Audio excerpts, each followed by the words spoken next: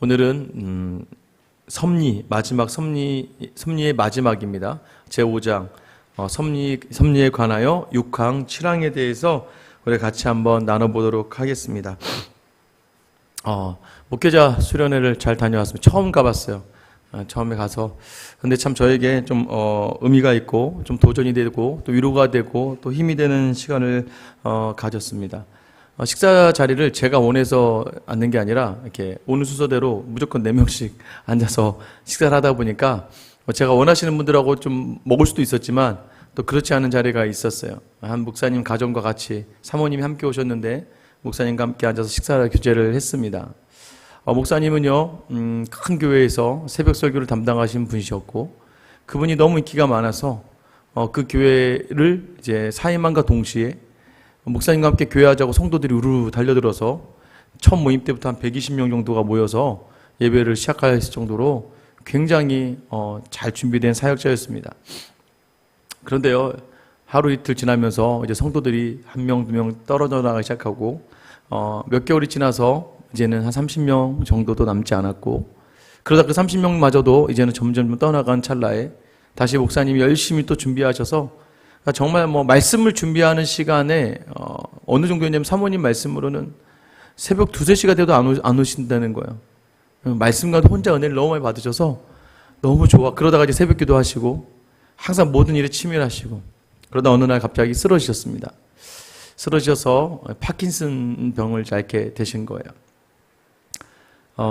파킨슨 병을 앓고 나서부터 참 너무나 절망적이고 힘든 시간이었어요. 옆에 있는 사모님이 그래서 갑자기 저를 보면서 계속 그러시는 거예요. 목사님, 잘 주무세요. 잠을 잘 자야 된대. 우리 목사님이 30대 때부터 그렇게 해서 지금 이렇게 된 거라고. 안 그래도 목사님을 시찰에서 뵐 때마다 이게 손이 덜덜덜덜. 그러니까 시찰에 나오신데 몸이 이렇게 흔들리면서 계속 오셨어요. 근데 어렵게 그 일들을 오시나.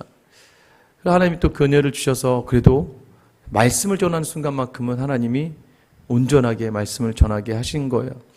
또 교회가 어느 정도 조금씩 염으로 갈 즈음에 무남동료 딸이 한국에서 명문대학을 나오고 또 외국에서 정말 장학금을 받고 유학을 갔던 딸이 머리서부터 암이 이제 걸리고 암이 다 전이가 돼서 몇 번의 큰 수술을 받고 결국에는 작년 이맘때쯤에 하나님의 부르심을 받았습니다. 그러니 제가 볼 때 사실은 딱 제가 그분이 어떤 분인지 알고 계셨거든요. 딱 앉는데 식사 자리에 딱 앉았는데 이 두 분이 딱 앉아 계시는데 어떻게 이걸 얘기를 시작해야 되나. 이런 좀 식사하면서 좀 즐거운 얘기를 해야 되는데 다행히 목사님은 많이 몸이 좋아지시고 사모님이 그래도 좀 유쾌하시고 계속 사모님께서 이 목사님을 잡아서 계속 내가 엄청 목사님을 갈구신대요.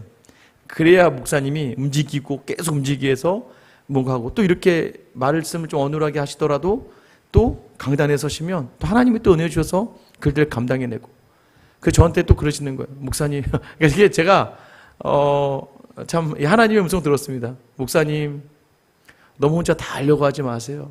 목사님 혼자 다 하는 거 아니에요. 우리 남편이 그렇게 됐다가 이렇게 됐어요. 저한테 계속 목사님 욕 좀 먹어도 되고 지금 앞으로 몇십 년을 가야 되는데 너무 열심히 착하게 최선을 다해서 그 최선이 과연 하나님의 최선인지를 봐야 된다. 그러면서 계속 저에게 말씀하시면서 때로는 연약함 속에서 일하시는 하나님을 보게 됩니다 라고 이야기를 하시는 거예요. 그러면서 지금도 은혜예요 라고 이야기하시는 사모님께서. 그리고 제가 상황을 아니까 어떻게 지금 이제 괜찮으세요? 했더니 자식을 보내는 부모가 어떻게 괜찮겠습니까? 많은 그 하나 위로가 되는 가장 큰 게 뭐예요?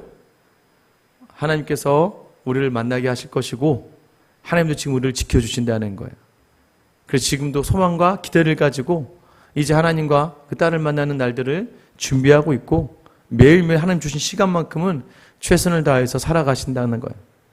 또 방을 같이 쓰는 목사님과도 이제 다 일정 마치고 다 씻고 뭐하고 11시 이제 자기도 바쁜데 얘기가 툭 시작됐는데 또 이 목사님과도 참 사연 없는 목사님들이 어디 있겠습니까?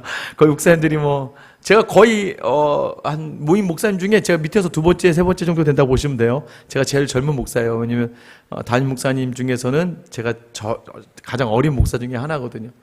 그러니까 참 가족 아내와 자녀 딱 데리고 또 시어머니를 어머니를 모시고 그냥 단칸방에서 개척을 하다가 그 집을 팔고 상가를 얻어서 10평 남짓한 상가 방에서부터 또 목회를 시작하셨다가 얼마 전에 이제 우리 교회 분당 정도에 되는 교회를 이제 매매하셔서 사셔서 이제 예배당에 들어가셨던 이야기를 다 들으면서 그 자리까지 있는 모든 자리가 거저 쉽게 되지는 않는구나. 그런데도 이분도 말씀하시는, 그래도 나는 하나님은 좀 그래도 하나님께서 이렇게 잘 인도해 주신 케이스고 나랑 같이 시작했던 교회 시작했던 많은 분들이 여전히 어렵고 힘든 분들이 있다. 그런데 여러분 여전히 어렵고 힘든 목사님들을 또 만나뵈서 또 이렇게 만나서 이야기를 하다 보면 딱 결론되어지는 단어는 딱 하나밖에 없습니다. 뭐예요? 은혜예요. 너무 밝으세요. 근데 너무 밝으셔서 야 저분은 뭐 근데 얘기하다 보면 아이고 저기 말씀 나누다 보면 힘드셨구나, 어려우셨구나. 성도들이 불렀는데 가서 성도들이 다시 쫓아내고 성도들이 원하는 메시지와 성도들이 원하는 말 안 한다고 해서 그곳에서 눈물로 기도하다가 밤새 맨날 사모님과 함께 눈물 흘리며 기도했던 자리들과 흔적들을 얘기하시는데 참 도전이 되고 힘이 되었지만 그럼에도 그분도 은혜라고 이야기하시더라고요. 너무 감사했습니다. 근데 또 어제 감사했던 건 우리가 새생명 전도축제에 이제 이제 우리 강사로 북과술사 우리 소장님을 초대를 했는데 그분이 오셨어요. 저희 그 둘째 날. 뭐 다들 은혜의 도가니였습니다. 뭐 벌써 제가 간 이유도 이렇게 좋았네. 목사님들한테도 이렇게 목사님들이 여태까지 수련회 중에 제일 좋았다고. 여러분 이번에 새생명 전도축제를 기대하셔도 될 것 같아요. 끝나자마자 전부 다 거기 전화하셔서 예약하시더라고요. 본인 교회 전도축제에 좀 오기에 이렇게 해서 막 내년으로 막 다 미뤄지고 하는데 어쨌든 참 그런 것들도 보게 되면서 저도 몇 번 봤던 건데도 불구하고 저에게도 참 많은 도전과 은혜가 되었던 시간이었던 것 같아요. 여러분 왜 우리가 그렇게 은혜 가운데 있을 수 있어요? 이게 하나님의 섭리이기 때문입니다. 섭리. 우리가 지금 섭리의 마지막을 하고 있어요. 하나님께서 하나님의 뜻대로 하나님의 백성들을 향하여 하나님의 계획을 하나님의 힘으로 능력으로 이루어 가신다. 여러분 그래서 오늘 자꾸 인간의 눈으로 바라보면 넘어지는 거예요. 우리가 섭리가 뭐라고 하나님이 만물을 주관하시고 하나님이 이 모든 것들을 이루시는 위해 모든 것들을 모든 수단을 동원해서 이 영광 받으시기 위해 사용하시고 그 다음에 특별히 지지난번에는 죄인들까지도 또 그 죄까지도 사용하셔서 하나님의 일들을 행하여 가신다고 이야기했어요. 그리고 마지막에 저희가 한 게 그러면 왜 하나님의 자녀들에게까지도 죄를 허용하시고 또 징계를 하시느냐? 왜요? 우리로 하여금 우리가 얼마나 완악하고 부패한 사람인지를 깨달아서 또 우리가 얼마나 연약한지를 깨달아서 우리로 하여금 겸손케 하셔서 겸손케 한 그 다음에 어떻게 이루어져요? 하나님만 의지하게 하시고 여러분 하나님만 의지하니까 뭘 안 봐요? 내 힘과 내 눈으로 바라보지 않고 하나님을 바라보게 되는 거죠. 그러니까 다음에 어떤 어려움과 환난이 와도 하나님께 더 집중하게 되는 것이죠. 그래서 하나님의 다시 또 그러한 죄의 어려움 가운데서 이제는 우리가 강건해지는 거예요. 여러분 우리가 단단해져야 돼요. 단단하다는 게 뭐예요? 가족처럼 돼야 돼요. 뭐가 가족처럼 되는 게 단단해요? 원수인데 여러분 원수인데 단단하잖아요. 싸워도 언제 그랬냐는 듯이 다시 웃고 또 서로 그렇게 죽일 듯이 하다가도 아무렇지도 않게끔 여러분 그게 바로 단단한 거 아니겠습니까? 하나님과 마찬가지예요. 하나님께 버림받은 것처럼 느껴지더라도 웃으며 다가오고 또 때로는 하나님께서 모든 걸 채워주신다고 하더라도 좀 조심스럽게 하나님을 바라볼 수 있고 여러분 이게 바로 믿음으로 굳건해지는 자리인 것 같아요. 저는 여러분에게 이 섭리를 따라갈 수 있는 여러분 오늘까지가 좀 어렵고요. 다음 주부터는 조금 쉬워질 거예요. 제가 보니까 딱 다음 주부터는 이제는 이게 내용이 좀 쉬워지더라고요. 제가 그동안 정말 힘들었습니다. 내가 이걸 왜 했나 하는 생각도 있었는데 그런데 은혜가 참 많았어요. 여러분 섭리 안에 거하는 여러분 되시길 예수님 이름으로 축원합니다. 그걸 놓치지 않으면 흔들리지 않아요. 여러분 오늘 한번 6항 한번 다 같이 한번 읽어볼게요. 6항입니다. 같이 한번 읽어볼게요. 시작. 의로운 재판장이신 하나님이 그들의 전에 지은 죄들 때문에 눈멀고 강팍해 하신 악하고 불경한 사람들에 관하여 말하면 그들의 이해를 밝게 하고 마음에 역사할 수 있는 하나님의 은혜를 그가 그에게 주지 않으실 뿐 아니라 때로는 또한 그들이 이미 가졌던 은사들조차 거두시고 그들의 부패가 죄를 짓도록 만든 심지어 부패로 말미암아 죄를 짓게 하는 여러 대상들에게 그들을 노출시키기까지 하신다. 또 그 위에 그들을 그 자신들의 정욕들, 세상의 시험들, 사단의 능력에게 내어주시니 그것에 의하여 그들은 하나님이 다른 사람들을 부드럽게 하기 위해 사용하시는 방편들 아래서도 자신들을 강팍해 한다. 여러분 처음에 뭐라고 해요? 의로운 재판장이신 하나님이 그들의 전에 지은 죄들 때문에 여러분 의로우신 거예요. 그러니까 죄에 대해서는 심판을 하시죠. 눈 멀고 강팍해 하신 악하고 불경한 사람에 관하여 말하면, 그러니까 우리가 전에 지은 죄로 우리도 어려움 당하는 이유가 뭐예요? 전에 지은 죄예요.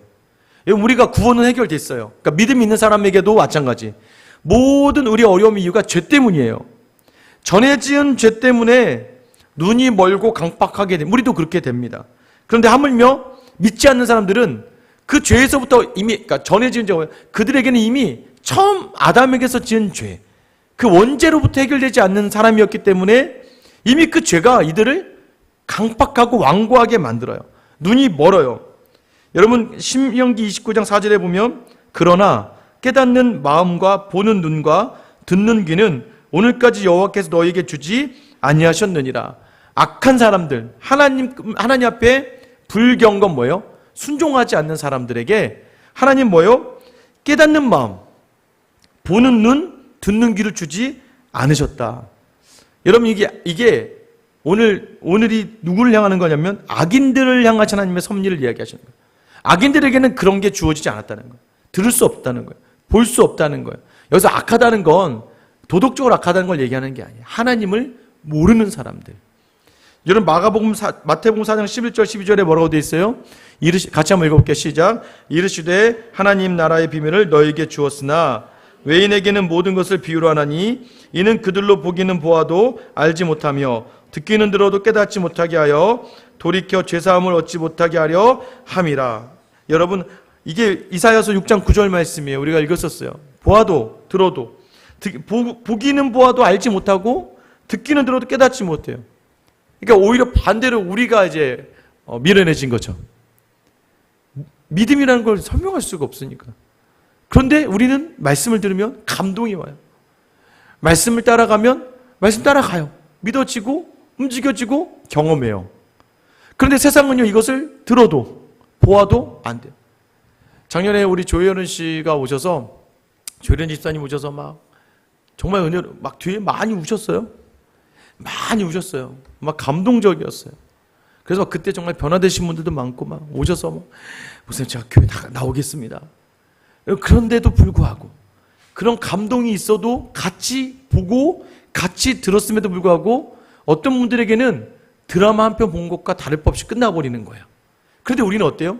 그 은혜와 감격으로 우리는 다 믿음으로 이게 해석이 되니까 정말 큰 은혜구나, 정말 감격이구나로 알 수 있어요. 이거는 여러분 다시 우리가 처음으로 말씀 계시한다. 하나님께서 자기 자신을 보여주지 않고 말씀을 보여주지 않는 이상은 여러분 절대 보아도 볼 수 없고 들어도 들을 수 없는 신비라는 것이죠.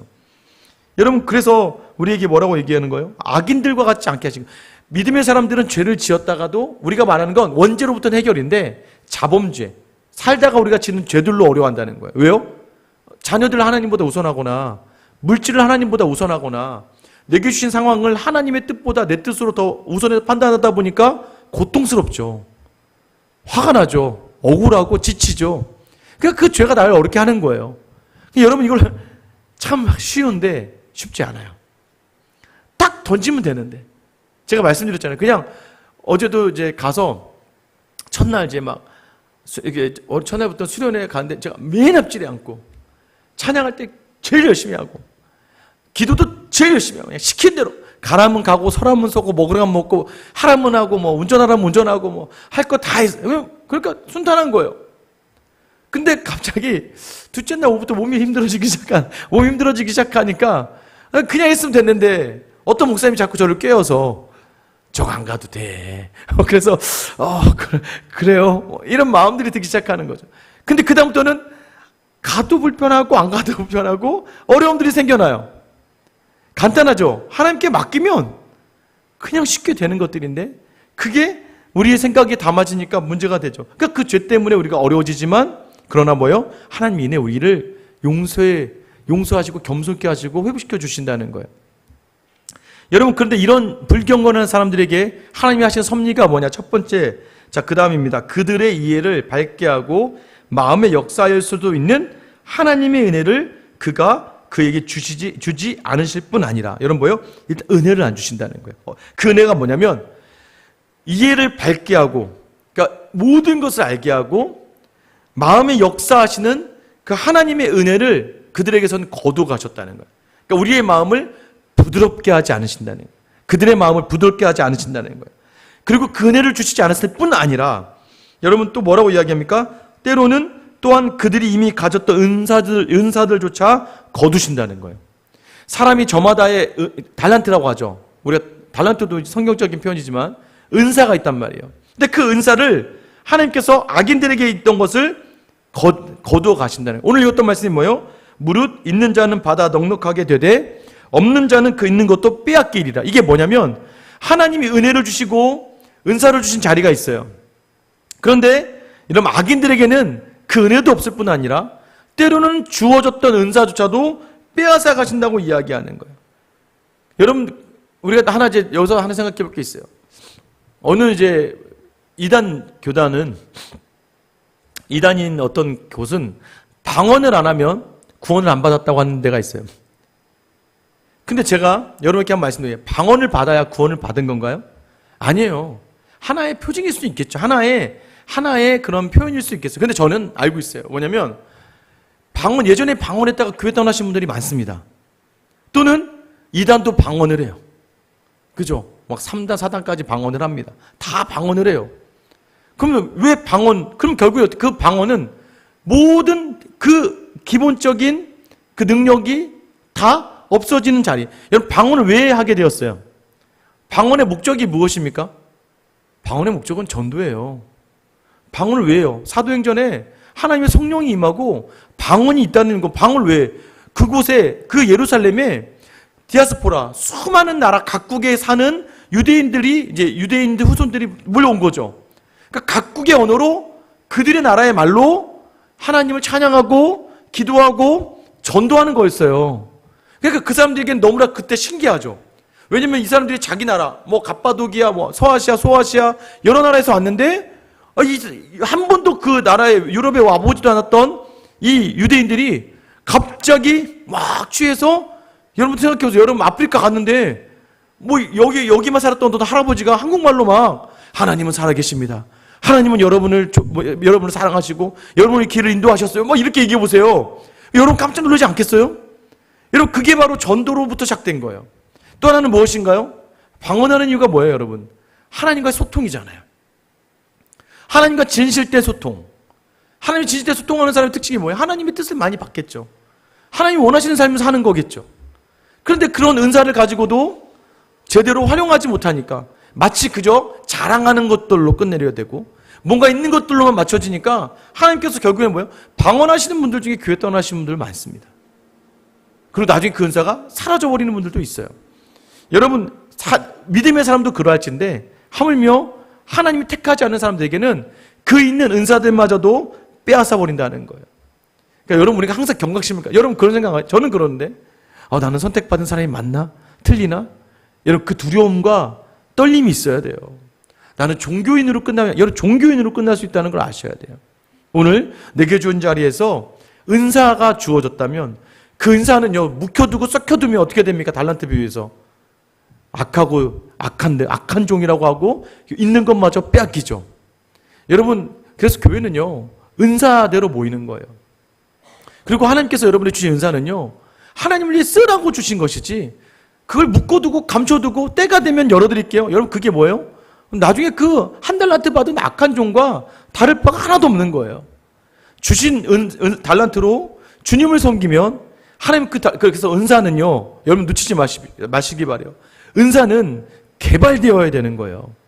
은사는 더 성숙해져야 되는 거예요. 여러분의 은사가 주어진 은사가 있다면, 찬양의 은사가 주어졌으면 찬양하셔야 돼요. 여러분, 전도의 은사가 있다면 전도해야 됩니다. 말씀 전하는 은사가 있으면 말씀을 전하는 자리를 계속 감당해야 돼요. 순장을 하던 교사를 하던 계속 그 은사를 개발하고 성숙시켜 나가야지 하나님은 그 은사의 열매를 더 경험하게 하시는 거예요. 근데 내게 주신 자리를 자꾸 소홀히 하다가 똑같이 하나님이 그 은사마저도 불경건하라, 하나님 뜻대로 하지 않으면 제하여 벌어진다는 것이죠. 악인들에게는 이런 걸 아예 주지 않는다는 거예요. 세 번째는 뭐냐면 그들의 부패가 죄를 짓도록 만든, 심지어 부패로 말미암아 죄를 짓게 하는 여러 대상들에게 그들을 노출시키기까지 하신다. 뭐냐면 죄를 짓게 하신다는 거예요. 그들에게는 그냥 죄를 짓게 하신다는 거예요. 신명기 2장 30절에 보면 헤스본 왕 시온이 우리가 통과하기를 허락하지 아니하였으니 이는 내 하나님 여호와께서 그를 내 손에 넘기시려고 그의 성품을 완강하게 하셨고 그의 마음을 완고하게 하셨음이 오늘날과 같으니라. 여러분, 왜요? 죄짓게 한단 말이에요. 세상은 죄짓게 해요. 왜 죄짓게 합니까? 나중에 심판할 거예요. 이 세상의 죄는요, 우리의 승리와 연결되어집니다. 세상이 죄를 짓게 하고 짓게 하면 짓게 할수록, 제가 눈에 표현하는 게 있죠. 돼지에게 막 뭔가를 주고 잘 사는 것 같지만 결국 그게 뭐예요? 잡으려고 그러는 거죠. 여러분, 또 하나 뭐예요? 엘리사도 그걸 경험해요. 열왕기하 8장 12절 13절에 보면 하사엘이 이르되 내 주여 어찌하여 오시나이까 하는지라 대답하되 네가 이스라엘 자손에게 행할 모든 악을 내가 알미라. 내가 그들의 성에 불을 지르며 장정을 칼로 죽이며 어린아이를 맺히며 아이벤 부녀를 가리르라 하니 13절 같이 읽을게요. 시작. 하사엘 이르되 당신의 개 같은 종이 무엇이기에 이런 큰 일을 행하로이까 하더라. 엘리사가 대답하되 여호와께서 내가 아람 왕이 될 것을 내게 알게 하셨느니라 하더라. 하나님이 엘리사를 통해서 하사엘에게 가서 네가 왕이 될 거야. 내 왕에 대해서 네가 뭐 해야 되는지 얘기하죠. 너 이스라엘을 막 울어요. 네가 왕이 될 거야 얘기하면서 막 울어요. 왜 우십니까? 네가 이스라엘에 대해서 완악하게 할 거야. 여러분, 신기하죠?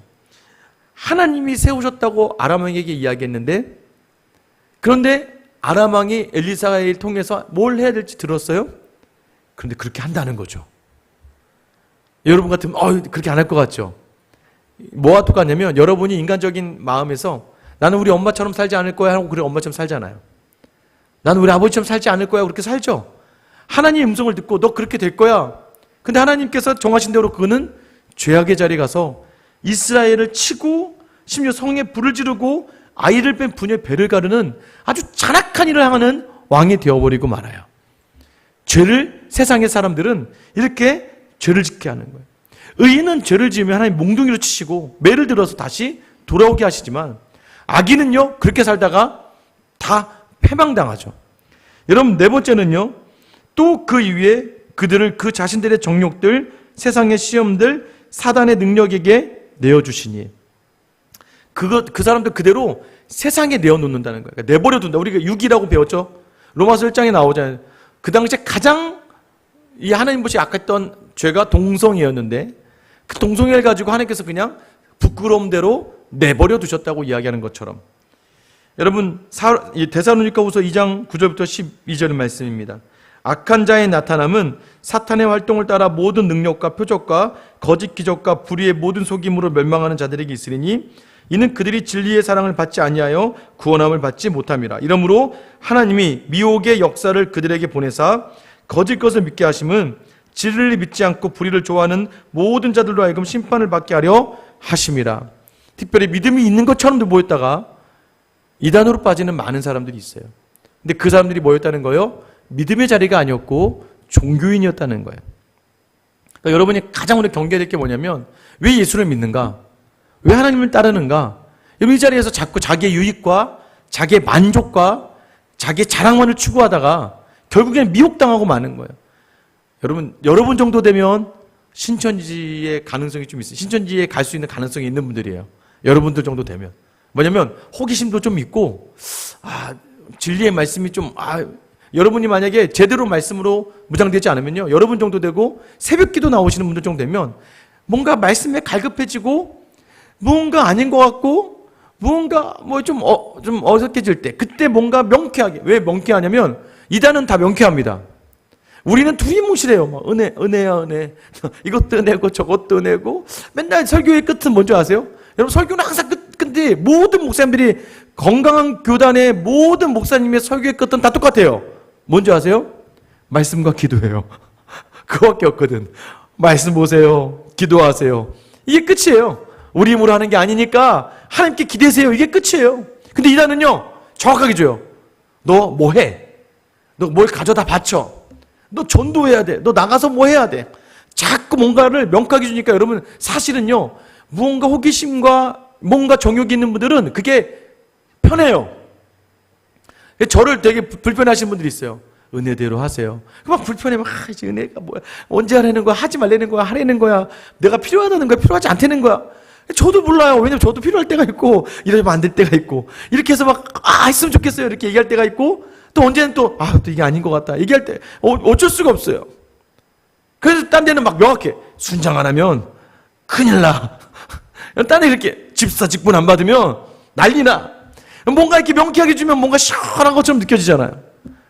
그러니까 이단들은요 그런 그 호기심들 그런 것들을 붙잡아서 자꾸 사람들을 욕해가죠. 여러분 결국 그러다가 뭐예요? 믿음이 있었다고 생각한 자리가 아니라 악한 자리로 가서 결국 심판받을 자리로 간다는 거예요. 죄의 세력에 넘기신다. 여러분 그래서 믿음의 자리는요 늘 나는 죄인이고 나는 오늘도 말씀이 없으면 살 수 없고 기도하며 주님을 붙들지 않으면 여전히 연약한 존재라는 것을 인정하는 사람이 계속 되풀이되는 거예요. 근데 안 바뀌죠. 그게 정상이라는 거예요. 안 바뀌는데 죄책감도 느끼고 기도하고 다시 뭔가 또 은혜 받아 된 것 같다가도 또 꼬꾸라지고 야, 나 같은 죄인이었구나를 깨닫고 이걸 계속 반복하며 가는 게 우리의 삶이에요. 여러분 왜냐하면 사도 바울이 그러잖아요. 내가 죄인 중에 괴수다. 아니 어떻게 사도 바울이 죄인 중에 괴수가 됩니까? 심지어는 사도인에도 불구하고 오라 나는 공고한 사람이다라고 이야기하잖아요. 이 사망의 죄를 누가 나를 건져내겠냐? 왜냐하면 지금 자신의 육체가 원하는 바가 있어요. 심지어는 하나님 자기에게 있는 안질이든 병이든 고쳐주세요. 나 병 좀 낫게 해주세요. 근데 하나님이 3번이나 강하게 사도 정도가 돼서 부탁하면 들어주셔야 되는데 야 됐어. 네 은혜가 족하다. 여러분 이렇게 그런 인간적인 그걸 구하는 한 번 했을 때도 하나님이 됐다고 했을 거 아니에요. 근데 또 구해. 또 하나님이 됐대. 3번째 이제 그만해라. 그 약함이 강함이 될 거야. 그러고 나서 이제는 멈춰지는 거죠. 여러분 그게 뭐예요? 우리는 하나님께서 붙드시지만 세상은요 죄악 가운데 하나님 던져놓으셔서 여러분의 믿음의 자리에 계속해서 긍휼을 구하는 자리가 없다면 여러분 믿음의 자리를 다시 돌아보셔야 돼요. 위험하다는 거예요. 차라리 게으른 사람은 신천지나 이런 데도 건드리지도 않아요. 갈게요. 미안해요. 못 갔어요. 갈게요. 미안해요. 오늘도 못 가. 이런 천천히도 쟨 됐다. 쟨 빼라. 쟤는 안 되겠다.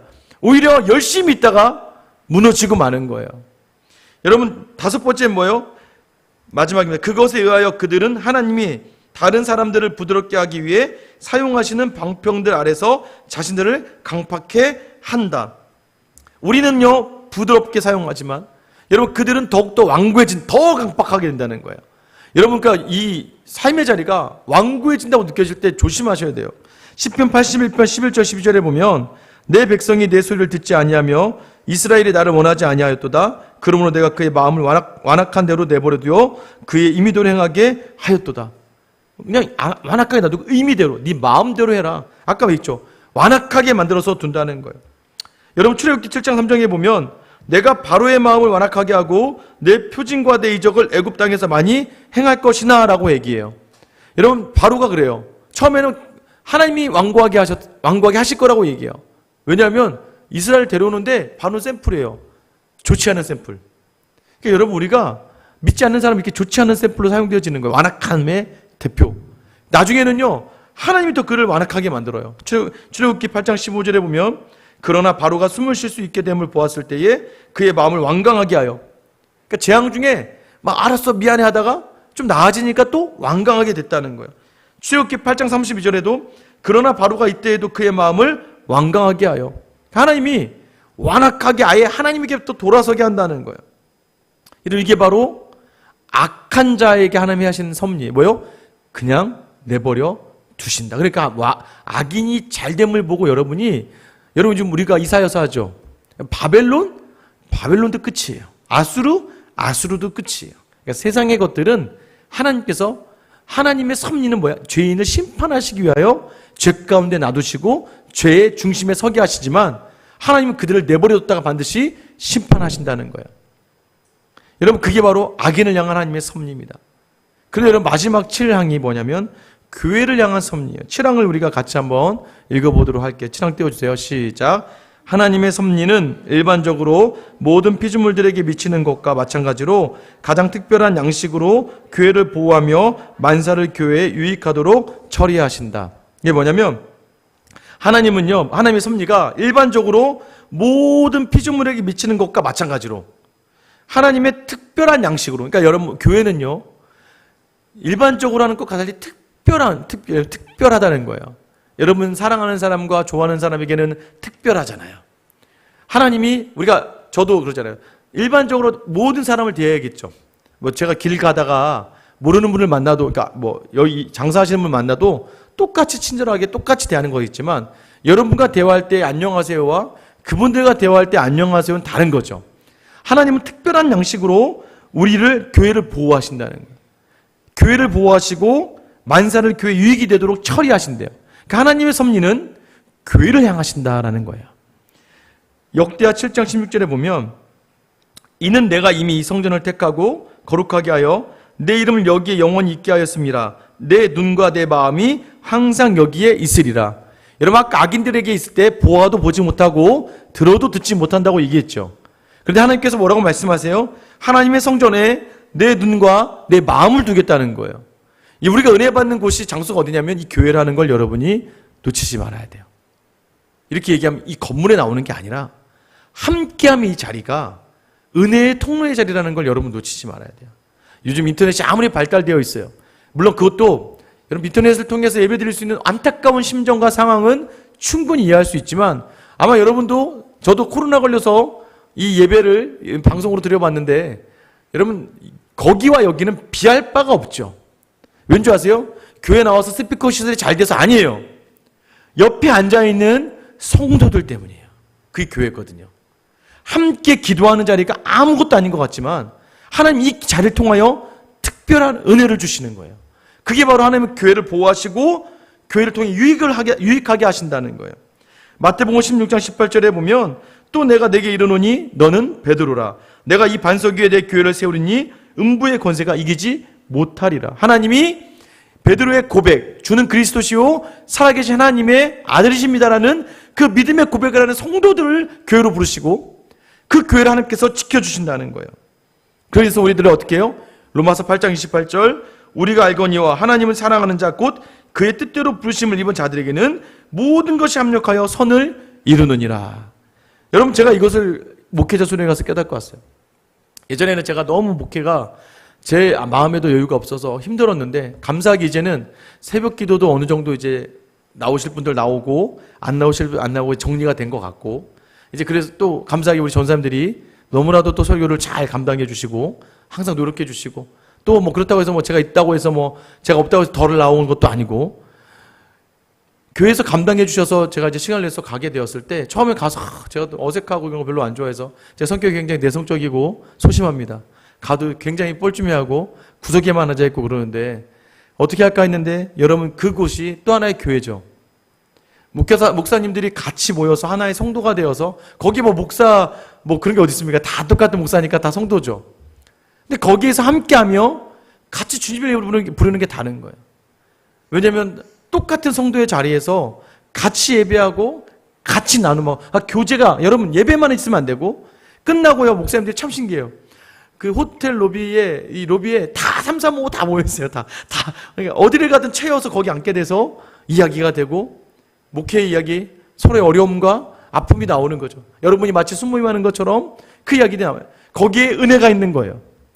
위로가 돼요.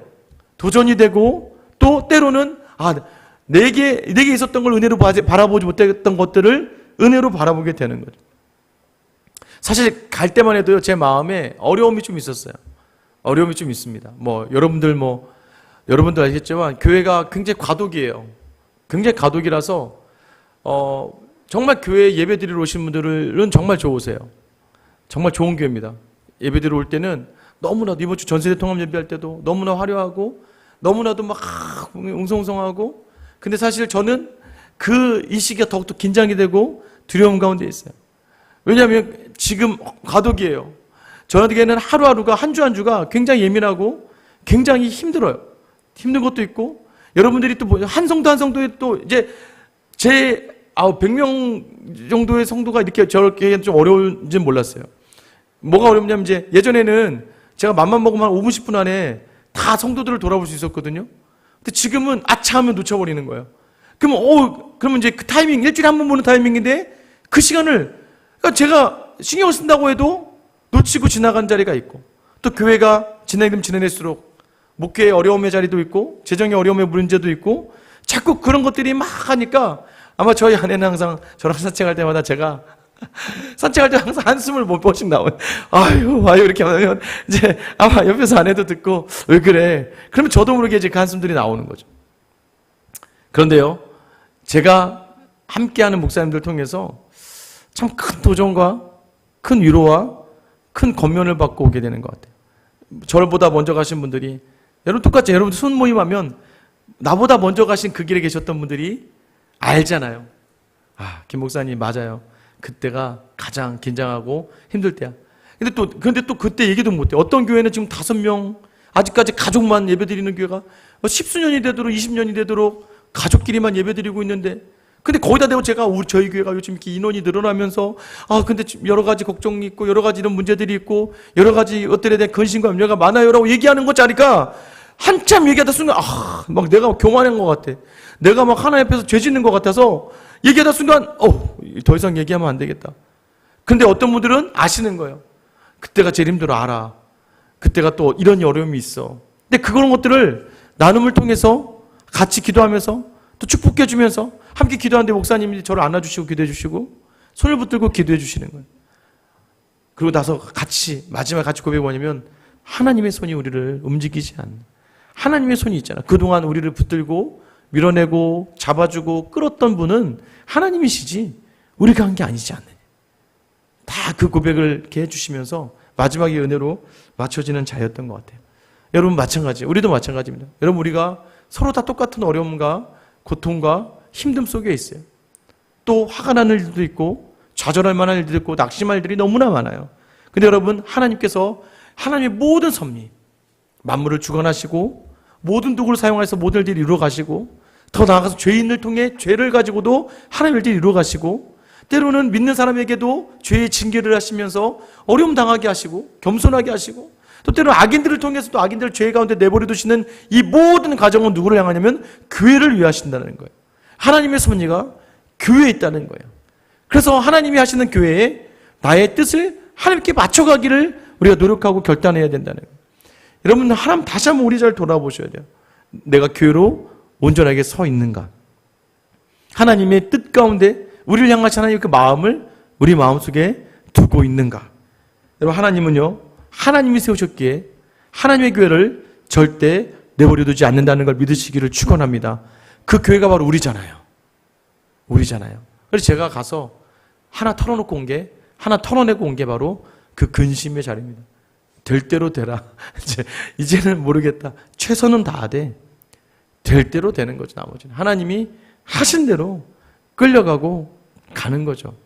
여러분의 인생도 마찬가지입니다. 하나님이 가장 좋은 분이시기에 여러분의 것을 잠깐 내려놓고 하나님께 내어 맡기시는 자리, 그리고 하나님의 뜻에 부합하게 나아가는 자를 통해서 하나님은 반드시 우리로 기뻐하심을 받을 줄 믿으시기를 축원합니다. 우리 시간 같이